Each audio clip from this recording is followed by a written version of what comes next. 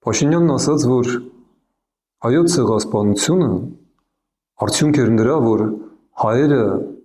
ներքաշվեցին միջազգային խարդավանքների մեջ։ Գրկնում եմ, սա հենց այն եզրույթն է, այն կեղծիքը, այն խայտառակ սուտը, որը դարից ավել պնդում էին թուրքերը։ Ոչ միայն թուրքերը, օսմանյան, հետո երիտ թուրքերը, հետո քեմալական թուրքերը, այլ նաև ռուսները, բայց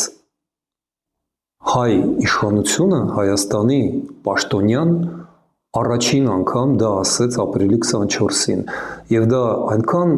ցնցող երևույթ է, որ ժողովուրդը գրեթե չհասկացավ դա։